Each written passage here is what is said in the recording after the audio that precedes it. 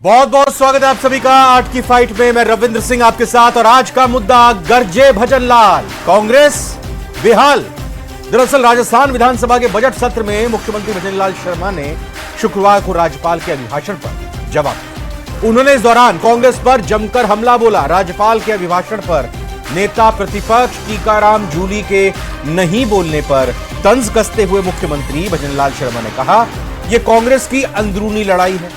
वंचित वर्ग से आने वाले नेता प्रतिपक्ष को बोलने देने का मौका नहीं देना कांग्रेस ने षड्यंत्र रचते हुए किया है। विपक्ष को घेरते हुए सीएम ने विधानसभा में सवाल पूछा कि राजस्थान की जनता को कितना ठगोगे, पहले अपना आईना देखो फिर आरोप लगाओ। मुख्यमंत्री भजनलाल शर्मा ने कांग्रेस पर भ्रष्टाचार, महंगाई और जनता के पैसे को लूटने का आरोप लगाया। सीएम ने विपक्ष को संदेश देते हुए कहा कि आप मुझसे किसी कीमत पर जीत नहीं पाओगे। मैं किसान का बेटा हूं और राजस्थान की 8 करोड़ जनता के लिए काम करूंगा। सीएम ने सरकार की उपलब्धियां बताई और कांग्रेस की कमियां उजागर की। चर्चा आज इसी पर। विपक्ष के हंगामे के बीच सीएम का प्रहार। हमारी सरकार का मुख्य उद्देश्य जन कल्याण योजना का लाभ अंतिम पंक्ति पर खड़े व्यक्ति तक पहुंचाते हुए प्रदेश को खुशहाल व विकसित बनाने का है। सीएम ने चुन चुनकर विपक्ष पर बोला हमला। मात्र 1 वर्ष हुआ है, ये तो 1 वर्ष का दर्जा है अध्यक्ष जी। 5 साल बाद सदन में नजर नहीं आएंगे। सीएम बोले, राजस्थान के कल्याण के लिए काम कर रही है सरकार। सीएम का तंज, कांग्रेस की सरकार में भ्रष्टाचार के सिवाय कुछ नहीं हुआ। राजस्थान की कांग्रेस की सरकार ने जे ने किसी तरह का काम नहीं किया, सिवाय भ्रष्टाचार के कुछ नहीं किया। स्पीकर के आग्रह के बावजूद संबोधन के लिए नहीं आए नेता प्रतिपक्ष। टीकाराम जूली, श्री टीकाराम जूली, अब आप नहीं जा रहे तो मैं माननीय सदन के नेता से आग्रह करूंगा कि वे अपना उद्बोधन शुरू करें। गरजे भजनलाल, कांग्रेस बेहाल। तो 3 मेहमान हमारे साथ जुड़ चुके हैं आज चर्चा में। आइए जल्दी से उनका स्वागत करते हैं, परिचय करा देते हैं। लक्ष्मीकांत भारद्वाज जी बीजेपी का पक्ष रखेंगे, बहुत बहुत स्वागत लक्ष्मीकांत जी। स्वर्णिम चतुर्वेदी जी कांग्रेस से हैं, बहुत बहुत स्वागत है स्वर्णिम जी आपका भी। और साथ ही साथ आशुतोष रावत जी वरिष्ठ पत्रकार भी हमारे साथ जुड़ चुके हैं। आशुतोष जी आपका भी बहुत बहुत स्वागत। स्वर्णिम जी, आज मुख्यमंत्री ने तो कह दिया कि कांग्रेस को दिन रात भजन का नाम लेना पड़ेगा। खैर ये दूसरी बात है, लेकिन सवाल ये कि कांग्रेस की तरफ से बतौर विपक्ष आज ये कैसी नजीर पेश की गई कि जब राज्यपाल के अभिभाषण पर नेता प्रतिपक्ष ने अपनी बात नहीं रखी। क्या यह सही है कि धोखे से गोविंद सिंह डोटासरा ने टीकाराम जूली को बोलने नहीं दिया? देखिए रविंद्र जी, आपको कुछ दिन पहले का वाकया याद होगा कि जब टीकाराम जूली जी जो नेता प्रतिपक्ष में बोल रहे थे तो एक अनपार्लियामेंट्री वर्ड का इस्तेमाल करके और फिर जो इनकी कैबिनेट मंत्री हैं उन्होंने किया, उनको बोलने से रोका और फिर बाद में माफी भी मांगी थी सदन से। पूरे समाज ने देखा है उसको। तो ये और पार्लियामेंट्री प्रोसीजर के तहत विधानसभा में कौन बोलेगा, कब बोलेगा, ये नेता प्रतिपक्ष ही तय करते हैं। ये शायद बीजेपी वाले अब हो सकता है नहीं जान पा रहे हो, लेकिन पहले के जो विधानसभा में रहे हुए लोग हैं वो इनको बता देंगे।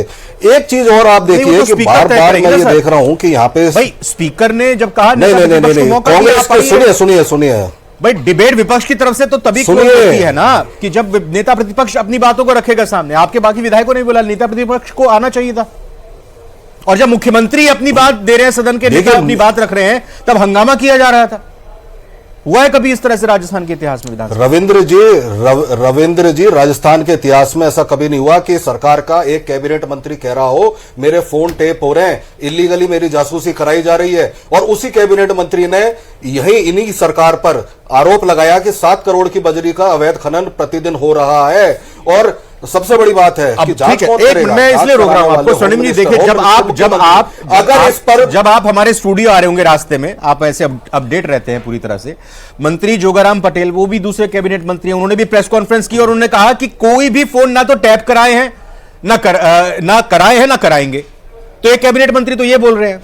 देखिए रविंद्र जी, एक कैबिनेट मंत्री जो आरोप लगा रहे हैं वो उनकी बात सुने। अगर ऐसी बात थी तो सदन में बोलते ना, मुख्यमंत्री जी गृह मंत्री भी हैं, आरोप लगे उन्हीं पर लगे, उन्हीं के मंत्री ने लगाए, उन्हीं की पार्टी के वरिष्ठ नेता ने लगाए, देते ना जवाब। क्यों नहीं दे रहे जवाब? इस जवाब से बाहर बच क्यों रहे? सदन के पटल पर स्पष्ट बोलिए और आप कहिए कि नहीं करा रहे, और आप उस मंत्री के खिलाफ जो इस्तीफा दिए बैठा है, इस्तीफा स्वीकार करके अच्छा, मामला कोर्ट में विचाराधीन है, मामला कोर्ट में विचाराधीन है, लेकिन आरोप तो आपकी सरकार पर भी लगे थे, फोन टैपिंग के, आप ही की पार्टी के नेता पर। रविंद्र जी, कभी किसी कैबिनेट मंत्री ने आरोप नहीं लगाए, पहली चीज। और ओएसडी तो लगा रहे हैं उनके, मुख्यमंत्री के ओएसडी। ना देखिए, ओएसडी हो या कोई और हो, पूर्व ओएसडी हो, लगाते रहे। मुख्यमंत्री ने खड़े होकर के विधानसभा के पटल पे कहा था, तत्कालीन मुख्यमंत्री ने, कि हमारे यहां नहीं होते। यहां पे मुख्यमंत्री इतनी हिम्मत क्यों नहीं जुटा पा रहे हैं? सदन में जवाब क्यों नहीं देते? और अगर वो गलत है कैबिनेट मंत्री और आरोप गलत है, तो कैबिनेट मंत्री पर कार्रवाई क्यों नहीं होती? यही जवाब मांग। बिल्कुल, मैं ये जवाब लूंगा, ये सवाल है। लेकिन स्वर्णिम जी, एक सवाल ये भी कि अगर जब नए साल में सत्र की शुरुआत होती है, जो परंपरा है, राज्यपाल के अभिभाषण होगा, उसके बाद प्रतिपक्ष अपनी बातें रखेंगे, प्रतिपक्ष के नेता अपनी बात रखेंगे, सदन के नेता मुख्यमंत्री अपनी बात रखेंगे, आप कम से कम उनकी बातों को सुनते तो सही, और उसके बाद स्थगन प्रस्ताव लाते हैं। जो भी वैधानिक प्रक्रिया या यूं कहें कि जो भी प्रक्रिया है संसदीय, उस हिसाब से जो है आप इस पर चर्चा की मांग करते हैं फोन टैपिंग के मामले पर। आप जब मुख्यमंत्री बात रख रहे हैं तो ये किस तरह की, मैं वही तो कह रहा हूं, किस तरह का उदाहरण पेश किया गया? रविंद्र जी, संसदीय परंपराओं के तहत ही इस मुद्दे पर जवाब मांगने के लिए, सदन में चर्चा कराने के लिए कांग्रेस पार्टी ने मांग की थी। जब इस मुद्दे से बचकर के भागने का प्रयास भारतीय जनता पार्टी के नेता करें, और भारतीय जनता पार्टी के मुख्यमंत्री अगर नहीं बोलना चाहें, जवाब नहीं देना चाहें, तो क्या लोकतंत्र में हमें लोकतंत्र में विपक्ष को क्या अपनी मांग मनवाने के लिए आंदोलन, धरना, प्रदर्शन करने का भी अधिकार नहीं है क्या? ये लोकतंत्र है, यहाँ पे मांग है, और जनता के प्रति जवाबदेही है मुख्यमंत्री जी की, जनता के प्रति जवाबदेही है बीजेपी सरकार की। देते जवाब क्यों नहीं दिया? पूरे अभिभाषण में भी एक शब्द बोले, लक्ष्मीकांत तो आप ही के मंत्री लगा रहे हैं, कल दिल्ली के नतीजे आ रहे हैं लक्ष्मीकांत जी, और आम आदमी पार्टी की तरफ से, केजरीवाल की तरफ से कहा गया कि भाई 16 हमारे प्रत्याशियों पर डोरे डाले गए हैं, 15-15 करोड़ का ऑफर किया, एसी भी पहुंच गई घर पर, नोटिस आ गया।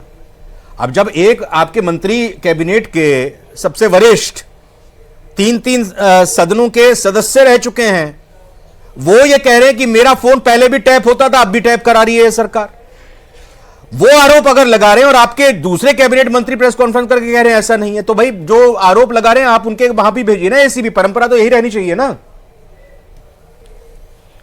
मांगे उनसे सबूत, साक्ष्य मांगे। जिनकी आप बात कर रहे हैं वो भारतीय जनता पार्टी के न केवल वरिष्ठ नेता हैं, बल्कि इस प्रदेश के भी वरिष्ठ नेता हैं, और वो इस सम्मानित सदन के सदस्य भी हैं। मंत्री परिषद के सदस्य तो है ही हैं, सम्मानित सदन के भी सदस्य हैं। क्या उन्होंने ये बात सदन में कही? आप इस देश के प्रतिष्ठित चैनल हैं, क्या आप बता दीजिए आपके चैनल के ऊपर कही? नहीं, वो तो बीमार है, हमारे को तो ये जानकारी थी कि वो बीमार है, उन्होंने छुट्टी ली हुई है, सदन में आने के नहीं आ पाएंगे, अब असमर्थता जाहिर की हुई है, वो छुट्टी पर हैं। अब वो पता नहीं सदन में आने पर तो बीमार हैं, लेकिन बाहर आकर इस तरह की बातें क्यों कर रहे हैं? जी, कहीं पर उन्होंने कही या नहीं कही, किसी तरीके का कोई एडिटेड वीडियो है या क्या भी है, उसके बारे, उसको लेकर एक सदन का सदस्य, मतलब सदन चल रही है प्रदेश की, और उस सदन को बाधित करना, और वो भी तब जब नेता सदन बोल रहे हो, उसको नेता प्रतिपक्ष को नहीं बोलने देना, इससे बड़ा पाप कुछ हो नहीं सकता है। देखिए, ये सदन में सदस्यों के अधिकार की रक्षा करना और लोकतंत्र की रक्षा करना, यह भी सरकार की जिम्मेवारी है। इसलिए मुख्यमंत्री ने अपने भाषण में बार बार इस बात को दोहराया कि इस सदन के जो नेता प्रतिपक्ष हैं वो दलित समाज से आने वाले व्यक्ति हैं, लेकिन 1-2 कांग्रेस पार्टी के ऐसे नेता हैं जो नहीं चाहते कि वो अपनी बात रखे और नेता बने, इसलिए षड्यंत्र करके इस तरह की योजना बनाई गई और उनको बोलने से रोका गया। ये बार बार मुख्यमंत्री जी ने अपने भाषण में यहां पर कहा है। और देखिए, दूसरी बात, आपको मैंने जिक्र किया कहां कही गई बात, कहां नहीं कही गई, इसका कोई तथ्य नहीं है, लेकिन जब कांग्रेस के विधायक थे वेद प्रकाश सोलंकी, उन्होंने बाकायदा प्रेस कॉन्फ्रेंस करके कहा कि अशोक गहलोत मेरा फोन टेप करा रहे हैं और मेरे कुछ साथियों का फोन टेप करवा रहे हैं, मीडिया के सामने आकर ब्रीफिंग की। अगर ये सुनना चाहे तो मैं उनकी ब्रीफिंग सुना सकता हूं, मुझे कोई आपत्ति नहीं है। देखिए, लोकतंत्र में ये जरूरी है कि प्रतिपक्ष भी बोले और सदन के नेता भी बोले, ताकि जनता की आवाज उठ सके, ताकि जनता के मुद्दे उठ सके। लेकिन कांग्रेस हमेशा लोकतंत्र को कुचलने वाली है, दलितों का आवाज को कुचलने वाली है। आज उन्होंने फिर वही काम किया, टीकाराम जूली जी की आवाज को कुचलने का काम किया और लोकतंत्र में जो सदन के नेता है मुख्यमंत्री, उनके भाषण को बाधित करने का काम किया। लेकिन नहीं, ये तो बात आप मानते हैं ना, टीकाराम जूली कांग्रेस के विधायक हैं, जब कांग्रेस के विधायक की बात तो बात मान रहे हैं। विधायक नहीं है रविंद्र जी, टीकाराम जूली नेता कांग्रेस क्या करेगी वो। लेकिन मैं सवाल ये, ठीक है सर जी, एक मिनट, मैं ये जानना चाह रहा हूं भाई, वो कांग्रेस के विधायक है, नेता प्रतिपक्ष हैं, तो आपको क्यों लग रहा है कि वो खुद से अपनी बात ना रखकर सदन से वॉकआउट कर जाएं, बाहर चले जाएं, तो वो आपके फेवर में क्यों काम करेंगे? देखिए, मैं इसका कारण बताता हूं। कांग्रेस किस तरह की पार्टी है, कांग्रेस किस तरह की पार्टी है, इसका आचरण तो सबने देखा ना।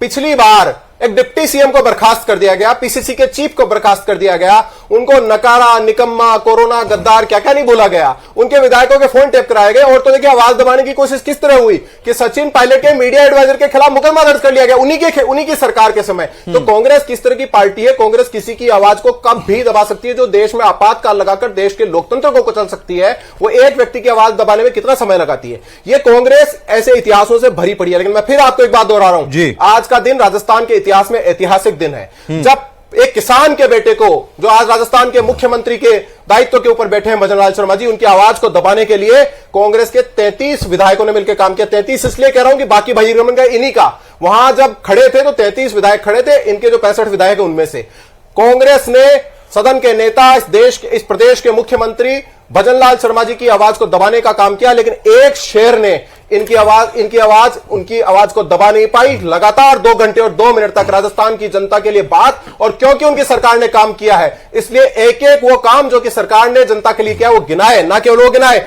बल्कि इस भ्रष्ट और निकृष्ट कांग्रेस पार्टी के कारनामों को उजागर करने का काम भी मुख्यमंत्री ने लगातार 2 घंटे 2 मिनट तक किया। ये लोग चिल्लाते रहे, लेकिन उसका कोई असर मुख्यमंत्री के ऊपर नहीं हुआ। आप ये मानकर चलिए कि राजस्थान के विकास की नींव मुख्यमंत्री ने रखी और राजस्थान का जो नेतृत्व है वो एक सुयोग्य हाथों में है। उसकी ना केवल आवाज दबाई जा सकती है और ना कि उनके अभियान को रोका जा सकता। मुख्यमंत्री ने आज सदन में इसको साबित किया है।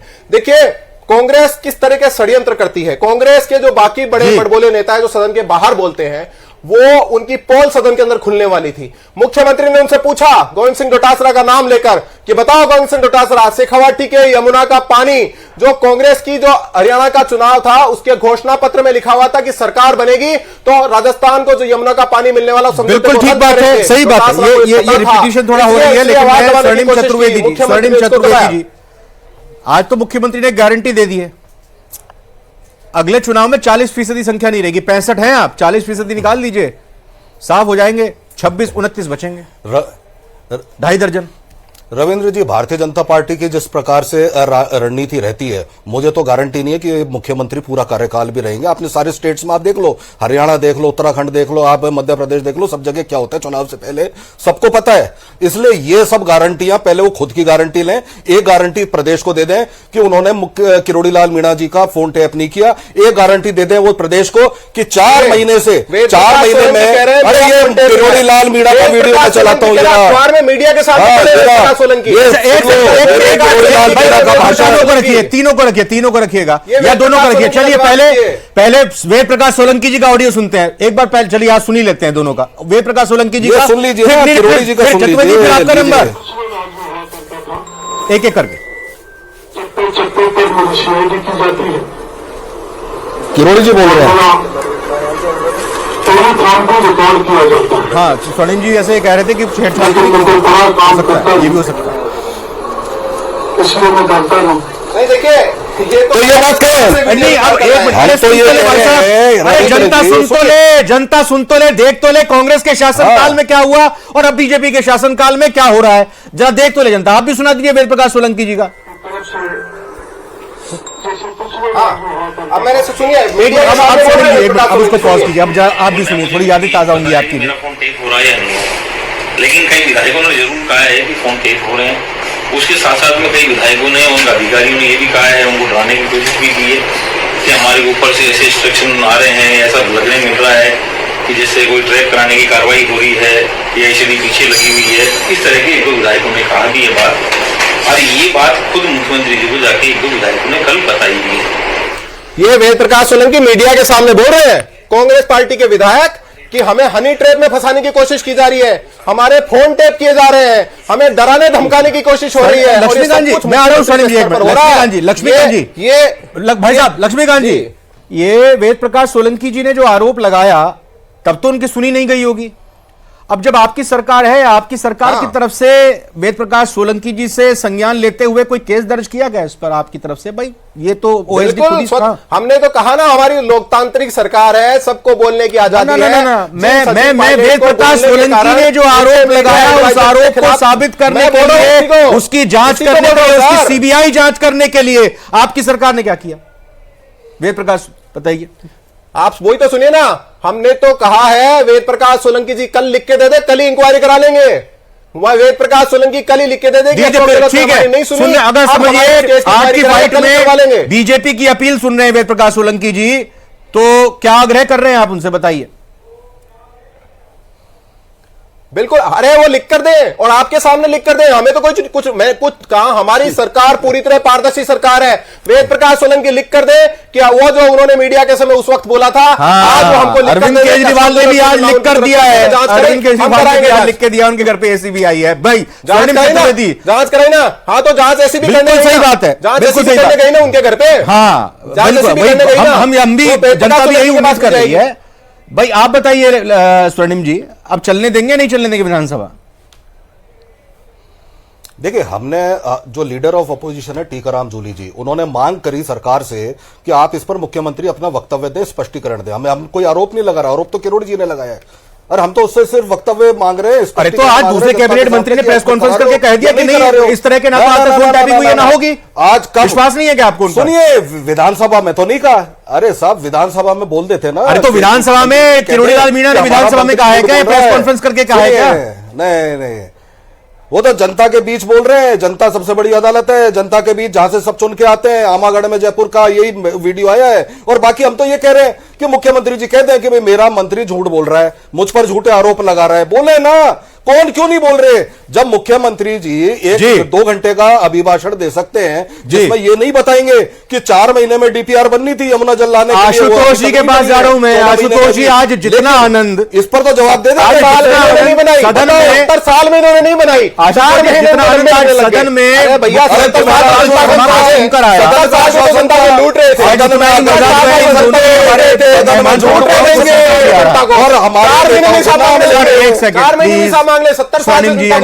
Please thank you very much. Ashutosh ji, 2 चीजें। पहली बात यह कि क्या आज भजनलाल शर्मा ने अपनी स्पीच से, अपने इस भाषण से, अभिभाषण पर जो राज्यपाल के जो जवाब दिया, उन्होंने बिना घबराए, बिना रुके अपनी बातों को रखा? भले ही कांग्रेस की तरफ से कहना कि भाई चर्चा उनको पहले फोन टैपिंग करनी चाहिए थी, लेकिन आज का पूरा भाषण का विश्लेषण आप कैसे करते हैं मुख्यमंत्री का? और दूसरी बात यह कि जो फोन टैपिंग का एक नया जिन निकाल दिया है किरोड़ी लाल मीणा ने, वो क्या करेगा? क्योंकि हम लगातार चर्चा में यही बात करते हैं कि किरोड़ी लाल मीणा विपक्ष की भूमिका ज्यादा निभा रहे हैं आजकल।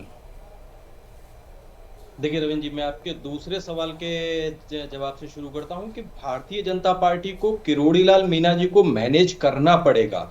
उनको यह ढूंढना पड़ेगा कि आखिरकार किरोड़ी लाल मीणा जी का तोड़ क्या हो सकता है, क्योंकि वो कैबिनेट में है भी और कैबिनेट में नहीं भी है। लेकिन जिस तरह से अशोक गहलोत के सामने सचिन पायलट ने जो कुछ किया और जिसका खामियाजा अशोक गहलोत को 2023 के चुनावों में भुगतना पड़ा, क्या उस तरह के परिणाम अगर किरोड़ी लाल मीणा जी के बारे में भारतीय जनता पार्टी कोई क्लियर? और बिल्कुल मैं आपकी बात में एक और जोड़ दूं, क्योंकि खुद किरोड़ी लाल मीणा भी लगातार यही कह रहे हैं कि भाई मैंने संघर्ष किया तब यह सरकार बनी है बीजेपी की। जी आगे बोलिए सर।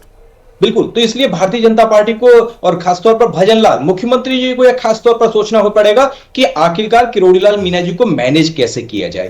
दूसरा, आपका जो पहला सवाल था कि मुख्यमंत्री की आज की जो भूमिका जो विधानसभा में देखने के लिए मिली एक पत्रकार के तौर पर कैसी है, तो निश्चित तौर पर आज मुख्यमंत्री ने कांग्रेस के उन तमाम सवालों का, वो जो पिछले 1 साल में भारतीय जनता पार्टी की सरकार पर कांग्रेस सदन के अंदर और बाहर लगा रही थी, उनका तमाम सवालों के जवाब दिए।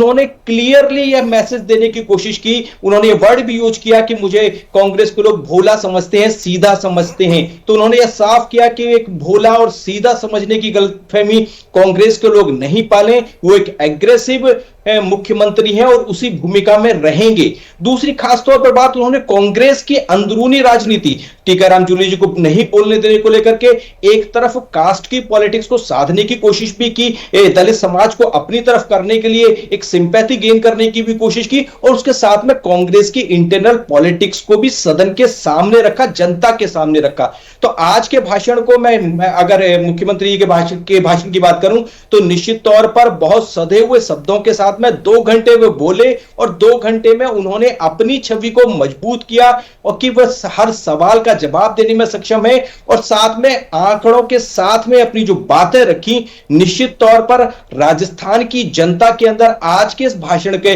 बाद में मुख्यमंत्री की छवि सुदृढ़ होगी। नेता प्रतिपक्ष टीकाराम जूली गोविंद सिंह डोटासरा की बात में आए या नहीं आया, धोखा खा गए या नहीं खा गए, वो एक अलग बात है, लेकिन उनसे चूक हुई, गलती हुई, उनको अपनी बात रखनी चाहिए थी कि नहीं रखनी चाहिए थी?